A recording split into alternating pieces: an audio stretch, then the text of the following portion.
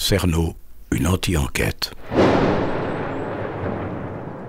Épisode 75. Connaître la vie des autres vous apporte.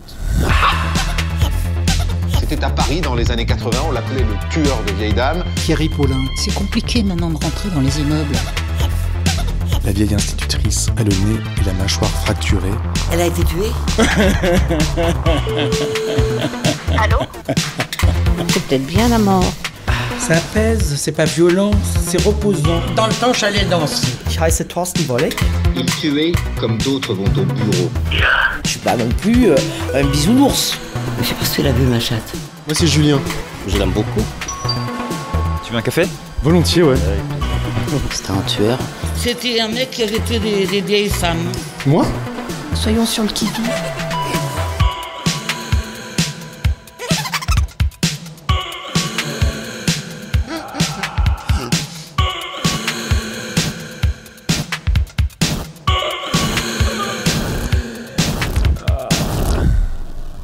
« 3, 2, 1. Il est 7h du matin, je suis pas très bien réveillé, et je sors de chez moi.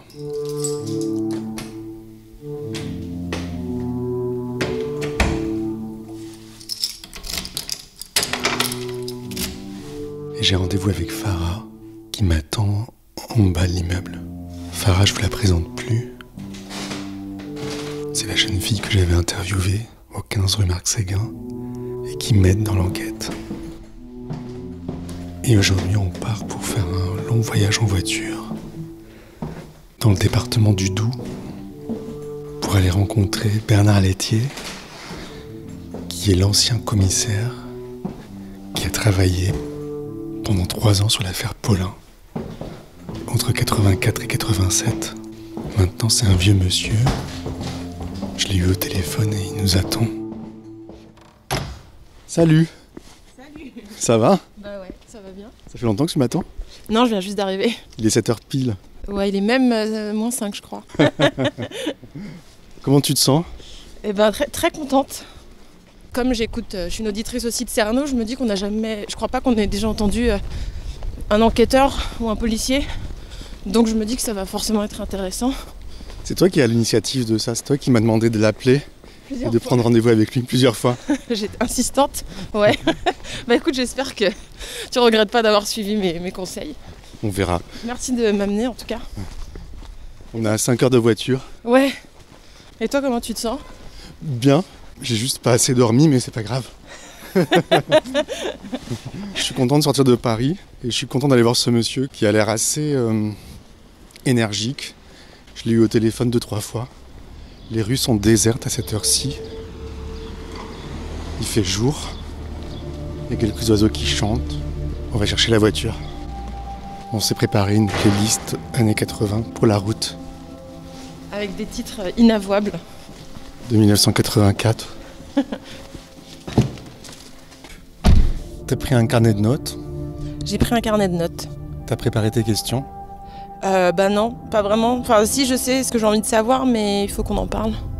Maintenant à droite, sur rue Chaudron, et après, tournez à gauche. Et toi? À 100 mètres. Moi j'ai beaucoup de choses à lui demander. Déjà j'ai envie de le laisser parler parce que j'ai l'impression qu'il vit tout seul aujourd'hui dans les montagnes et qu'il pense beaucoup à cette affaire. Donc je pense qu'il a beaucoup de choses à dire. Je pense que le simple fait d'arriver avec un micro va lui déclencher beaucoup de choses. Ensuite, j'aimerais savoir, oui, comment il a vécu ça. J'aimerais avoir quelques précisions sur les victimes.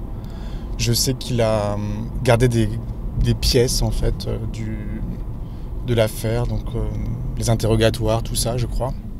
Et je veux qu'il me raconte sa rencontre avec Paulin, comment il a vécu le fait que ce soit pas lui qui l'a arrêté, parce que c'est pas lui qui l'a arrêté. Paulin a été arrêté presque par hasard par un autre policier. J'aimerais aussi avoir des renseignements sur le 3e homme. À 300 mètres, veuillez tourner à droite. Direction A3, périphérique Est. Donc là, on va prendre le périphérique et on va couper le micro et on rebranchera quand on arrivera dans le Doubs. Maintenant, Si on y arrive. Bon, y a personne pour l'instant sur la route, c'est magnifique. Vous qui nous écoutez, merci d'avoir suivi cette 3e saison essentiellement consacrée à Johanna Secaresco, produite avec les moyens du bord en temps de pandémie. À présent, il est temps pour moi de retrouver des forces, pendant l'été, pour mieux reprendre l'enquête là où je l'avais laissée après la première saison. Dès l'automne, je retournerai sur les lieux de crime pour enquêter sur les victimes, avec les nouveaux éléments que m'apportera, je l'espère, le commissaire Laitier.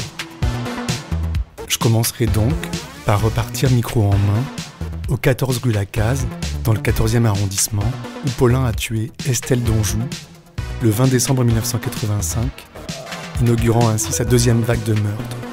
D'ici là, les contributeurs au Patreon de Cerno, que je remercie une fois de plus de financer ce travail au long cours, pourront continuer à écouter des bonus, et notamment, dès la semaine prochaine, la toute nouvelle saison de mon autre podcast, Super Héros, en avant-première.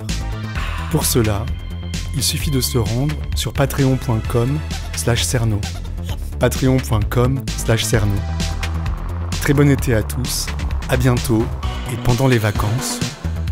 Ne laissez pas traîner vos grands-mères. Ça va, Farah ? Oui, ça va très bien, merci. À suivre.